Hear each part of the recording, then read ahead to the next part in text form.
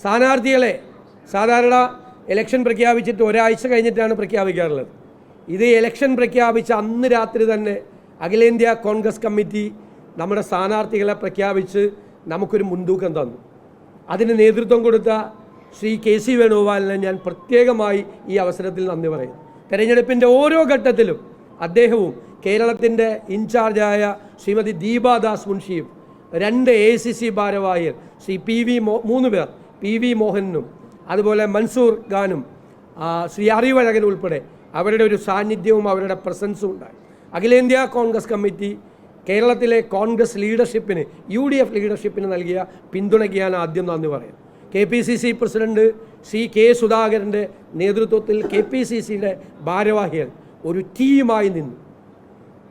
UDFൻ്റെ ഘടകകക്ഷികൾ ശ്രീ പാണക്കാട് സാദിഖ് അലി ശിഹാബ് തങ്ങൾ തന്നെ, ശ്രീ കുഞ്ഞാലിക്കുട്ടി സാഹിബ് അടക്കമുള്ള ആളുകൾ നേതൃത്വം കൊടുത്തു.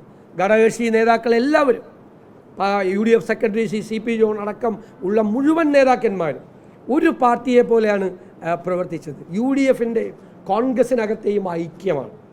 എന്തായിരുന്നു ബഹളം? ആദ്യത്തെ ആഴ്ച കോൺഗ്രസ്സിൽ വലിയ കുഴപ്പമാണ്, പാലക്കാട് ഇപ്പോൾ പല കഷ്ണമായിട്ട് ആളുകൾ പോകുന്നു.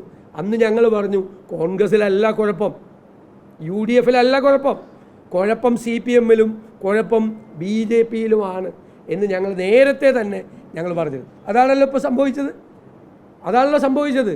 കഴിഞ്ഞ 21 തെരഞ്ഞെടുപ്പിൽ 50,000 വോട്ട് ഈ ശ്രീധരന് കിട്ടിയെങ്കിൽ ഇപ്പോഴത്തെ സ്ഥാനാർത്ഥിക്ക് കിട്ടിയത് 38,000 വോട്ട്, 38,000-ലധികം വോട്ട് മാത്രമാണ് കിട്ടിയത്. 12,000 വോട്ട് കുറഞ്ഞു, BJPയുടെ വോട്ട് കുറഞ്ഞു പാലക്കാട്.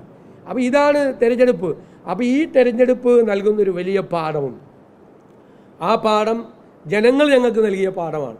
നന്നായി ഒരുമിച്ച് നിന്നൊരു ടീമായി വർക്ക് ചെയ്താൽ വിജയം നിങ്ങൾക്കുള്ളതാണ് എന്നാണ് ജനങ്ങൾ ഞങ്ങളോട് പറഞ്ഞത്. തീർച്ചയായിട്ടും ആ ജനങ്ങളോട്, വോട്ടർമാരോട് പ്രത്യേകമായ നന്ദി ഞാൻ ഒരിക്കൽ കൂടി പറയുന്നു. ജനങ്ങൾ ആഗ്രഹിക്കുന്നത് പോലെ ജനങ്ങളുടെ പ്രശ്നങ്ങൾക്ക് പരിഹാരമുണ്ടാക്കാൻ കഴിയുന്നൊരു വലിയ മുന്നണിയായി ഐക്യജനാധിപത്യ മുന്നണി മാറും. കോൺഗ്രസ് എല്ലാ നേതാക്കളും മുൻ KPCC പ്രസിഡന്റ് രമേശ് ചെന്നിത്തല, അദ്ദേഹത്തിന് മഹാരാഷ്ട്രയിലെ ചുമതലയായിരുന്നു. എങ്കിലും അദ്ദേഹം 2-3 പ്രാവശ്യം ഇവിടെ വന്ന് തെരഞ്ഞെടുപ്പിൻ്റെ ഉള്ള സഹായങ്ങൾ നടത്തി. മുൻ KPCC പ്രസിഡന്റുമാർ ഉൾപ്പെടെയുള്ള നേതാക്കൾ, മുഴുവൻ MLAമാർ, MP മാർ, ഭാരവാഹികൾ എല്ലാവരും ഏൽപ്പിച്ച ചുമതലകൾ വളരെ ഭംഗിയായി നിർവഹിച്ച അവരോട് ഞങ്ങളെല്ലാവരും കടപ്പെട്ടിരിക്കുന്നു. ഞാനതുകൊണ്ട് ഐക്യജനാധിപത്യ മുന്നണിക്ക് തെരഞ്ഞെടുപ്പ് പ്രവർത്തനം നടത്തിയ ഈ ടീമിന്, ആ ടീം വർക്കിന് ഞാൻ ഈ വിജയം സമർപ്പിക്കുന്നു. എല്ലാവരോടും നന്ദി പറയുന്നു.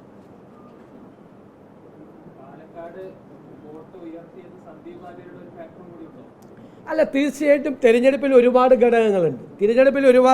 ഘടകങ്ങളുണ്ട്. എല്ലാവരും പ്രചരണം നടത്തിയത് എന്താ? CPMൻ്റെ പ്രചരണമായിരുന്നല്ലോ. CPM ആ ആളെ സ്വാഗതം ചെയ്തു, ക്രിസ്റ്റൽ ക്ലിയർ ആണെന്ന് പറഞ്ഞു, ബെസ്റ്റാണെന്ന് പറഞ്ഞു, നല്ല സർട്ടിഫിക്കറ്റ് കൊടുത്തു. ഞങ്ങൾ ഒരാഴ്ച മുമ്പേ തീരുമാനിച്ചാണ് അദ്ദേഹത്തെ കൊണ്ടുവരാൻ. ഞാൻ പറഞ്ഞല്ലോ, ഞങ്ങൾ വൈകിച്ചത് CPM നേതാക്കളുടെ സർട്ടിഫിക്കറ്റ് കൂടി ആയിട്ടാണ് സന്ദീപ് വാര്യർ കോൺഗ്രസിലേക്ക് ചെയ്യുന്നത്. ആ ഫയലുമായിട്ടാണ് അദ്ദേഹം വരുന്നത്.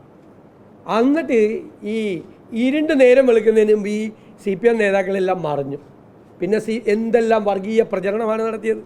2 മുസ്ലിം സംഘടനകളുടെ നേതൃത്വത്തിലുള്ള 2 പത്രത്തിൽ CPM കൊടുത്ത പരസ്യം, മന്ത്രി MP രാജേഷിൻ്റെ നേതൃത്വത്തിലാണ് ആ പരസ്യം കൊടുത്തത്. കേരളം ഇവരുടെ ഈ വർഗീയതയോർത്ത് നാണിച്ച് തലകുനിക്കും. സംഘപരിവാർ പോലും നാണിച്ചു പോകുന്ന വർഗീയ പ്രചരണമാണ് CPM കേരളത്തിൽ നടത്തിയത്, ഈ തെരഞ്ഞെടുപ്പിൽ നടത്തിയത്.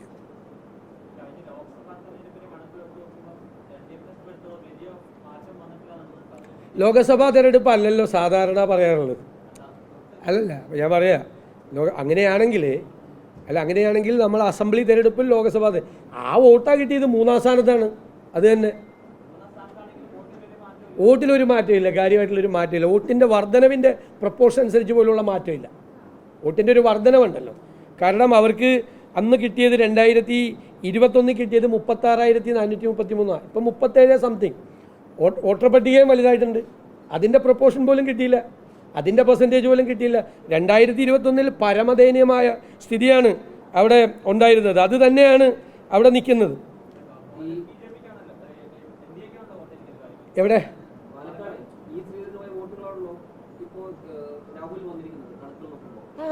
അതുകൂടി കിട്ടി ഞങ്ങൾക്ക്. ഞങ്ങൾ BJPയുടെ വോട്ട് ഗണ്യമായി കുറച്ചു. ആ വോട്ട് CPMലേക്കല്ല പോയത്. ആ വോട്ട് ഞങ്ങൾക്കാണ് പോയത്, ഞങ്ങൾക്കാണ് വന്നത്. കറക്റ്റ് അല്ലേ? ഈ ശ്രീധരൻ മത്സരിക്കുമ്പോൾ ഈ ശ്രീധരന് 50,000 വോട്ടാണ്. കൃഷ്ണകുമാർ കിട്ടിയിരിക്കുന്നത് 32,000-ലധികം വോട്ടാണ്. 12,000 വോട്ട് കുറഞ്ഞു. ഇവിടെ ഒരു 1000-ലധികം വോട്ട് മാത്രമാണ് LDF സ്ഥാനാർത്ഥിക്ക് കൂടിയുള്ളൂ. അത് പ്രപ്പോസലാണ്. NDAയുടെ വോട്ടാണോ അത്? അത് NDAയുടെ വോട്ടാണോ? ഈ ശ്രീധരന് കിട്ടിയ വോട്ട് നിങ്ങൾ BJPയുടെ അതിൽ ചെലവിലങ്ങ് വയ്ക്കുകയാണോ? ആണോ? ഈ ശ്രീധരന് കിട്ടിയ 50,000 വോട്ട് BJPക്ക് ഉണ്ടെന്നാണോ ആ ചോദ്യത്തിൻ്റെ അർത്ഥം? അല്ല, അത് ഈ ശ്രീധരന് അഡീഷണലായിട്ട് കിട്ടിയ 10-12,000 വോട്ടാണ്. അത് രാഹുൽ മാങ്കൂട്ടത്തിന് കിട്ടി. അതിന് അതും കിട്ടി, അതിനേക്കാൾ കൂടുതലും കിട്ടി. അതുകൂടി കിട്ടിയാലും വരില്ലല്ലോ. അത് 12,000 വോട്ട്, പിന്നെ ഒരു 4,000 വോട്ട് ഷാഫിക്ക് കിട്ടിയ ഭൂരിപക്ഷം, അപ്പോഴും 16 ആയുള്ളൂ. പിന്നെ പോയില്ല അങ്ങോട്ട് മുകളിലേക്ക്. 18 കഴിഞ്ഞ് 19-ൻ്റെ അടുത്ത് വന്ന്.